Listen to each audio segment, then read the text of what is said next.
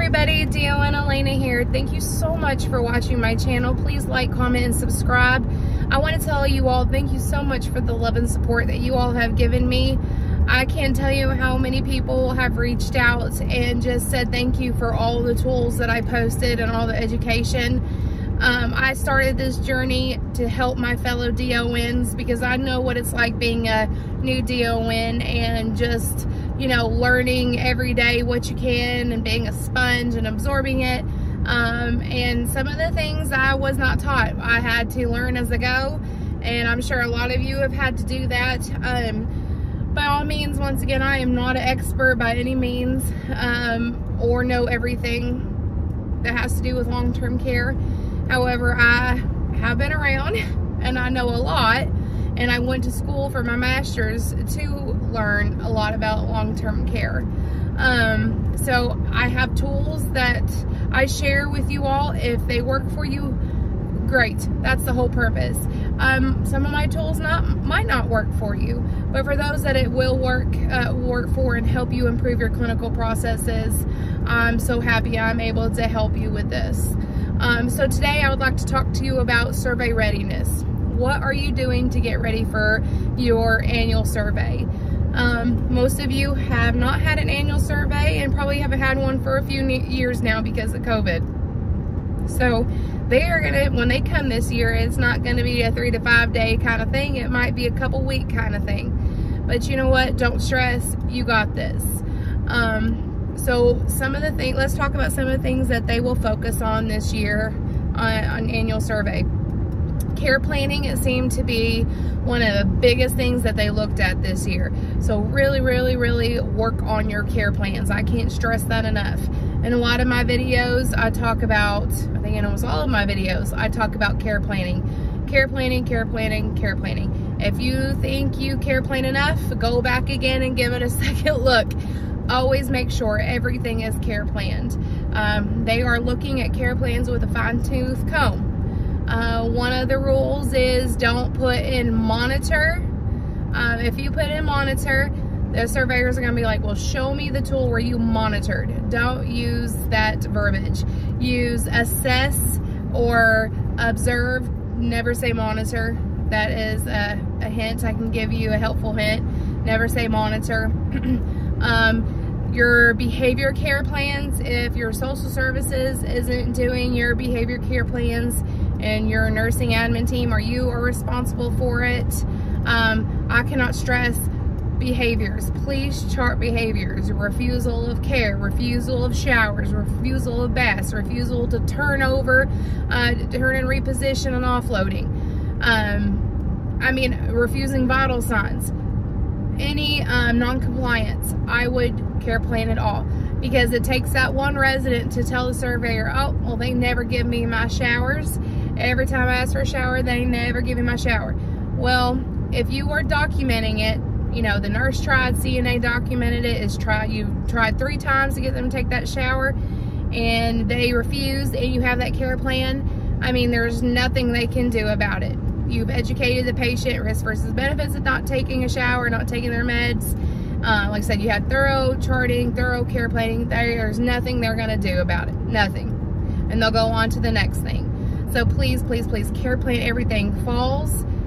Every time someone falls, you have to have an intervention. Even if they roll out of bed onto like a fall mat, that's still considered a fall. From one level to the next is considered a fall. Even if you assist them down to the floor, that's still an assisted fall.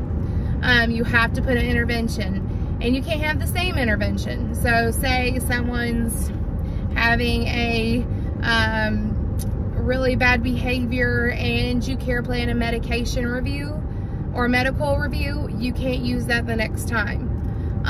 You have to have a different intervention every time.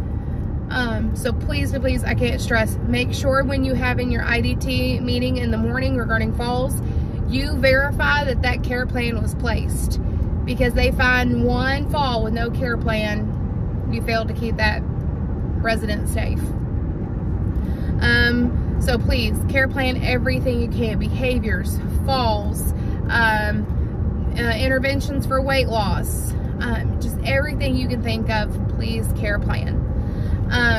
Next thing I would really look at is your medication carts. That's standard. They watch your MedPass all the time.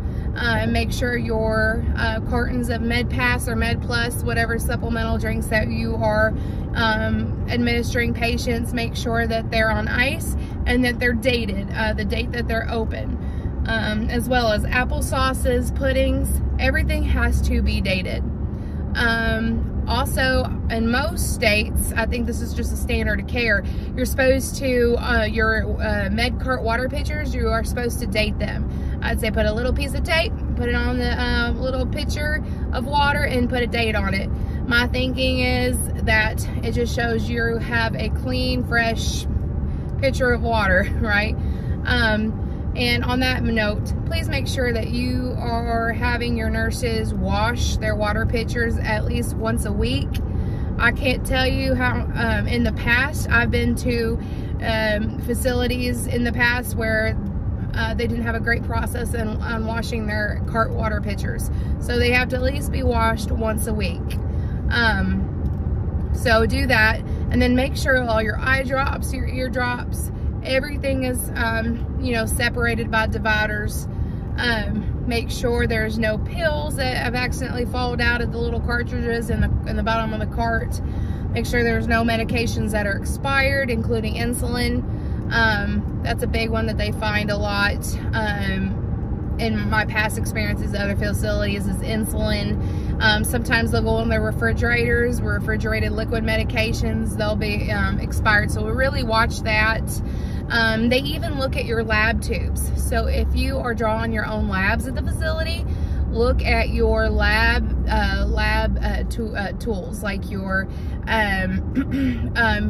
urine specimen cups, your stool specimen cups, just everything. Make sure everything is not expired, because they'll look at that too.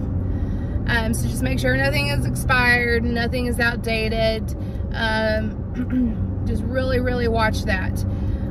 What else can I tell you? Oh, breathing treatments. When you open the box and the package of breathing treatments, duonebs, make sure that's dated. Anything liquids, make sure those are dated when you open them.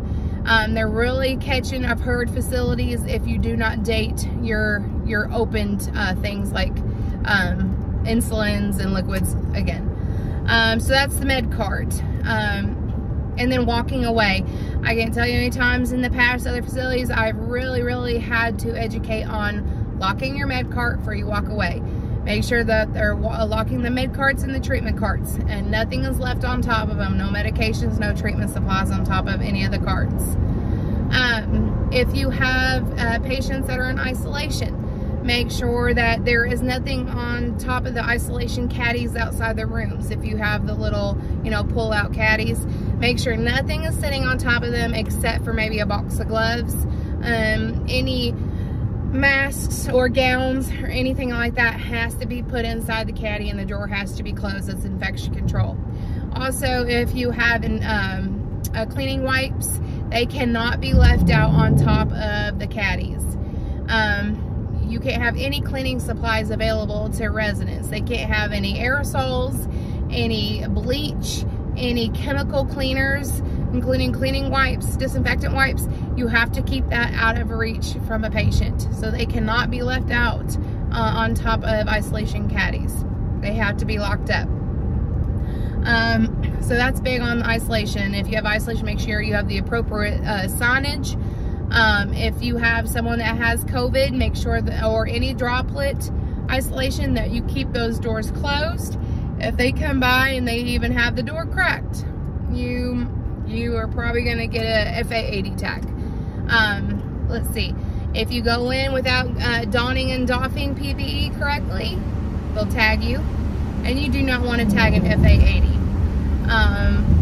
Let's see. Hand washing. They will stand there and watch you and do hand washing for 20 seconds.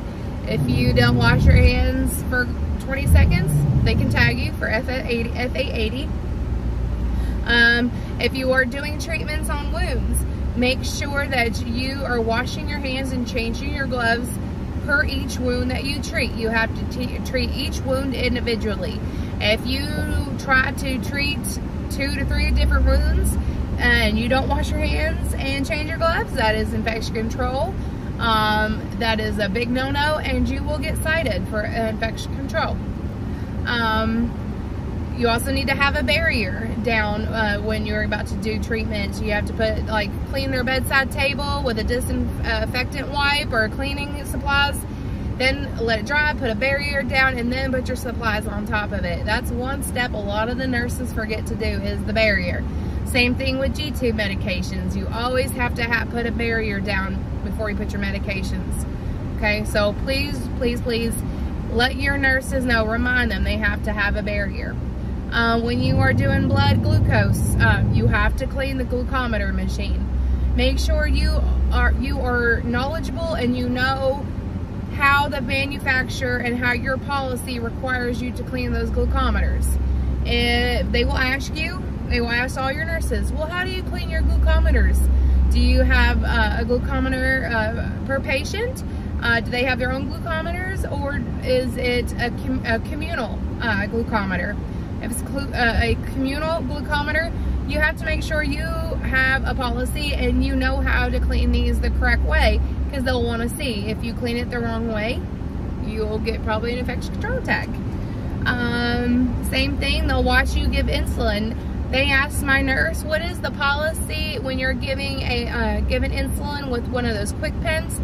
How long does your policy say that the needle has to be inside inside the person, the patient, while you're pushing it down? How long is that supposed to be inside the patient before you pull it out?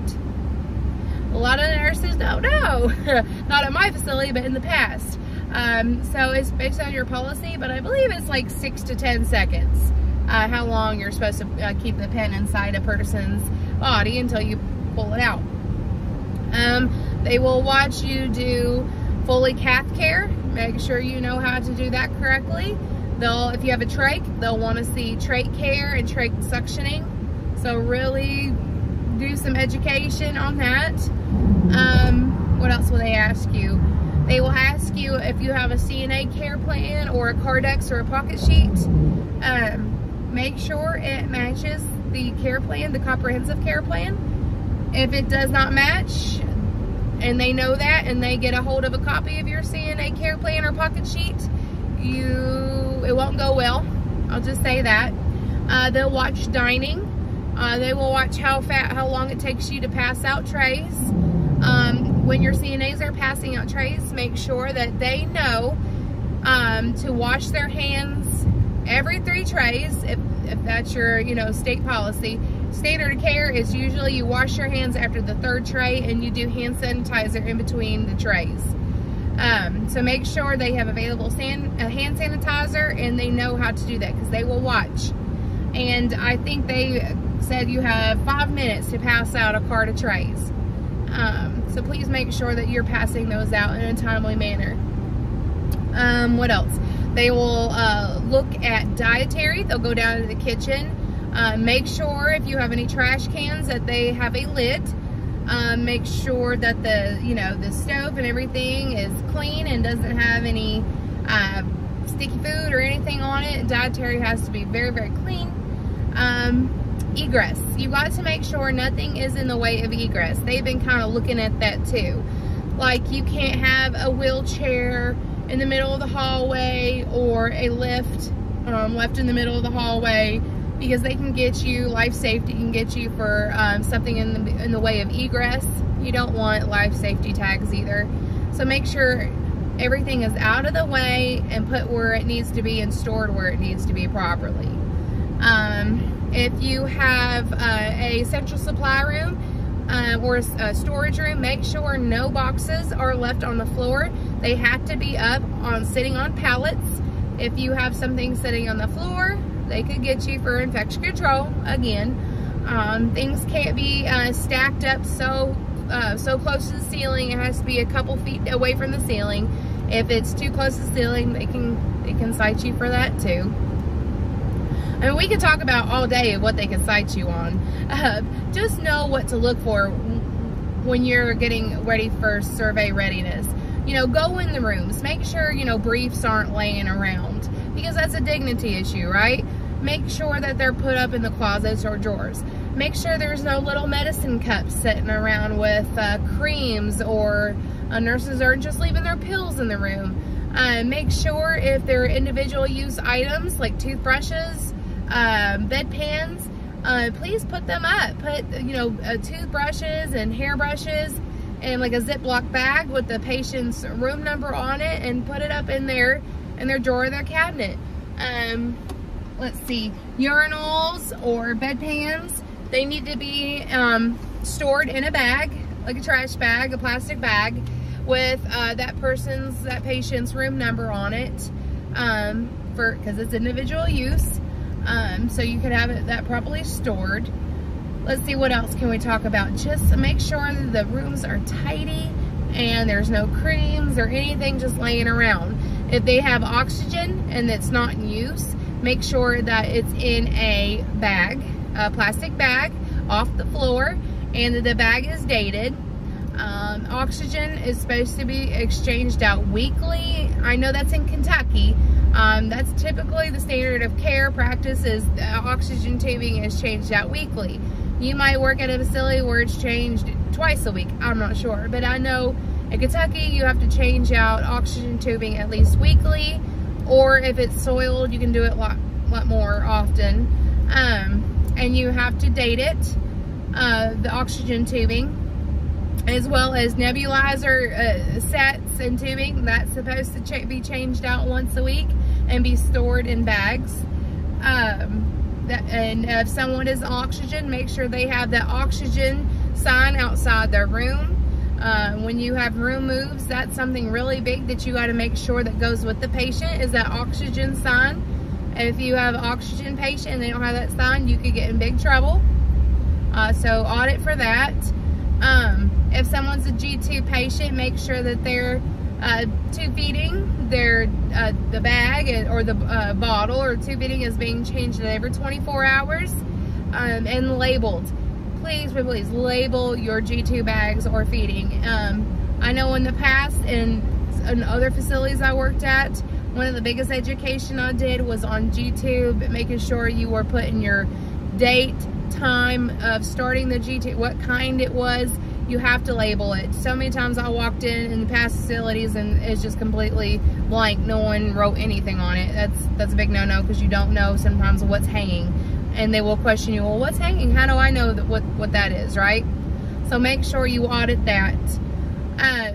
And the little piston, the little G2 piston, please make sure that that's changed out every day, every 24 hours. That needs to be changed out.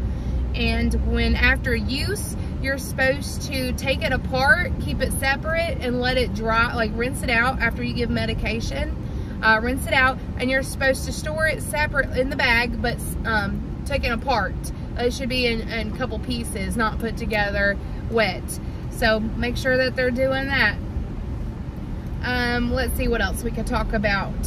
Medication rooms, make sure that they are locking and secure. There's just not medications laying out all over the place. Make sure that they're clean and tidy. Make sure on your treatment carts that there's no expired creams or treatment supplies. Charting, make sure the charting is thorough.